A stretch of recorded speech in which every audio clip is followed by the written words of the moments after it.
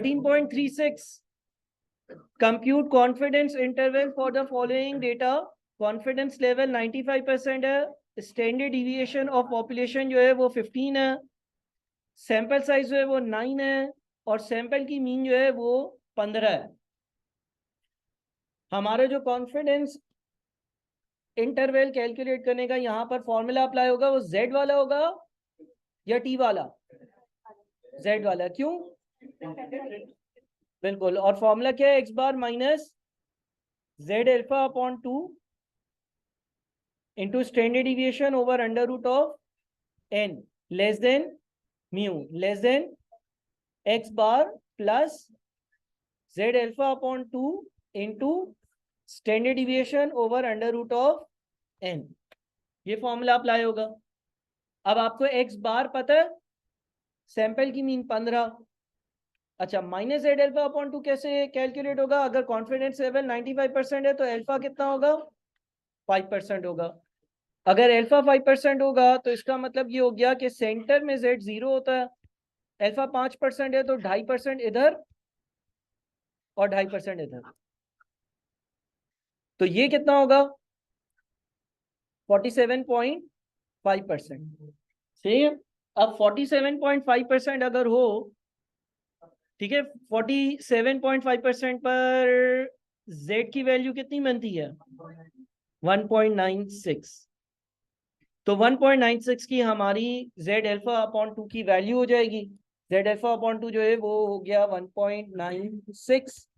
Standard deviation जो है population की 15 है, अंडर रूट ऑफ n यानी कि सैंपल साइज जो कि 9 है, less than mu less than 15 plus 1.96 into standard deviation भी 15 है। अच्छा, 15 over under root of 9।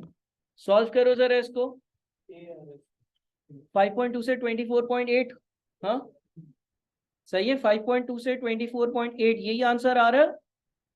Check कर लो यार सब।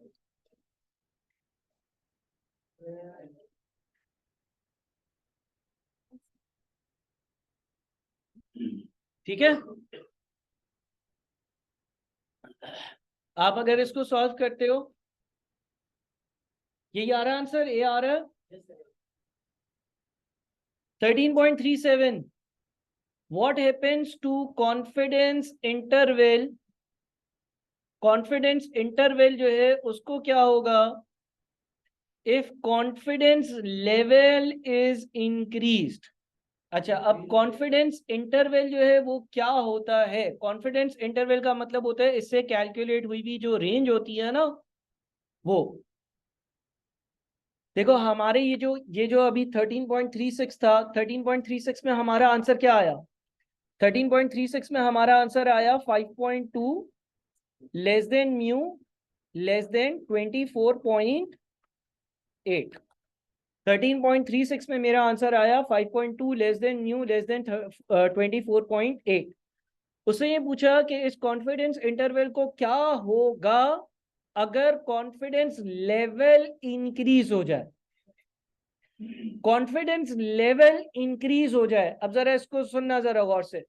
हमारे इस सवाल में कॉन्फिडेंस लेवल कितना है? 95%। मिसाल के तौर पर ये इंक्रीज हो जाए और इंक्रीज होकर 99% हो जाए। अगर ऊपर वाले सवाल में कॉन्फिडेंस लेवल 99% हो जाता, अगर ऊपर वाले सवाल में कॉन्फिडेंस लेवल 99% हो जाता तो फिर अल्फा कितना हो जाता? अल्फा 1% हो जाता। तो फिर ये जो ऊपर हमने डायग्राम बनाई है जो 47.5 और 2.5% है दोनों जगह पर, इसके बजाय ये क्या हो जाता? इसके बजाय ये हो जाता यहाँ पर 0.5% और यहाँ पर भी 1% का आधा यानी कि 0.5%। अब जब ये और मजीद दूर जाता तो टेबल से जो z की वैल्यू आती ना वो और ज्यादा आती। अगर आप लेट से टेबल से ये देखते हो कि ये अगर 0.5 है और ये 49.5% है और आप अब यहाँ पर z की वैल्यू देखते हो 0.495 पे z की वैल्यू कितनी है? 2.58। ठीक है, 2.58 z की वैल्यू होगी। अगर आप टेबल से भी देखते हो 0.495 पर z की वैल्यू 2.58 है।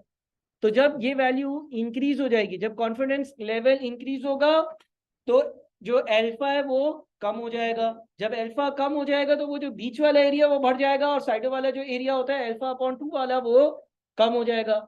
जब ऐसा होगा तो z की वैल्यू इंक्रीज हो जाएगी।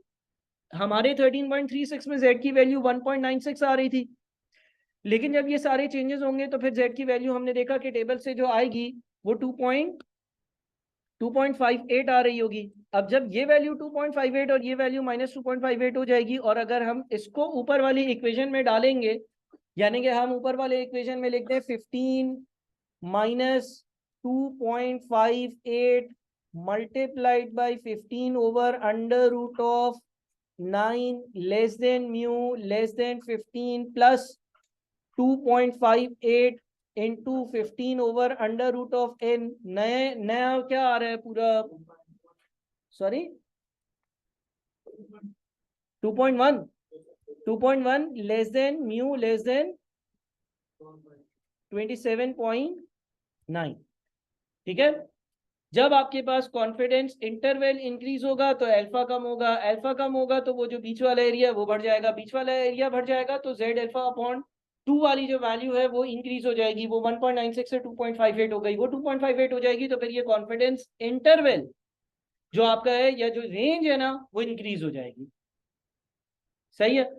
तो आपका आंसर 13.37 का क्या होगा, ए होगा।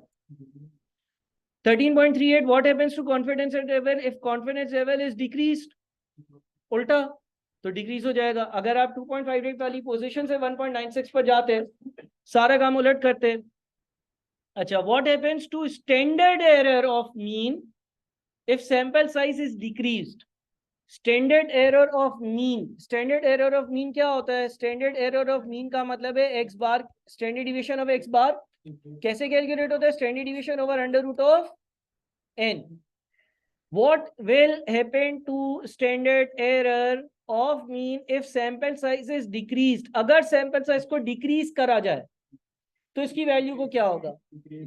एक एग्जांपल के जरिए देख लेते हैं। लेट से स्टैंडर्ड डिवीजन आपकी 25 है और लेट से आपका सैंपल साइज जो है ना वो भी 25 है, तो इस केस में ये वैल्यू कितनी आती? 25 divided by under root of 25 क्या आता? 25 divided by under root of 25 कितना बनता?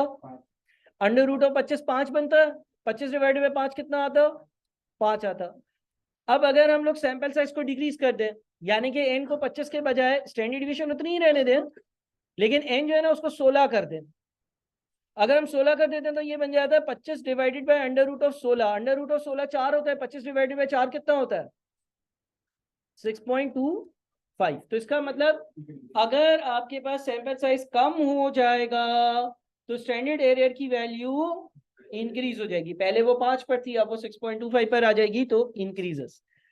फिर लिखा हुआ है what will happen to standard error of mean if sample size is increased. अगर आप सैंपल साइज को इंक्रीज करोगे, 16 से 25 पर जाओगे, तो आपका जो स्टैंडर्ड एरर है वो 6.25 से 5 पर चला जाएगा, यानी कि डिक्रीज हो जाएगा। बैक साइड से भी आंसर चेक करते रहो।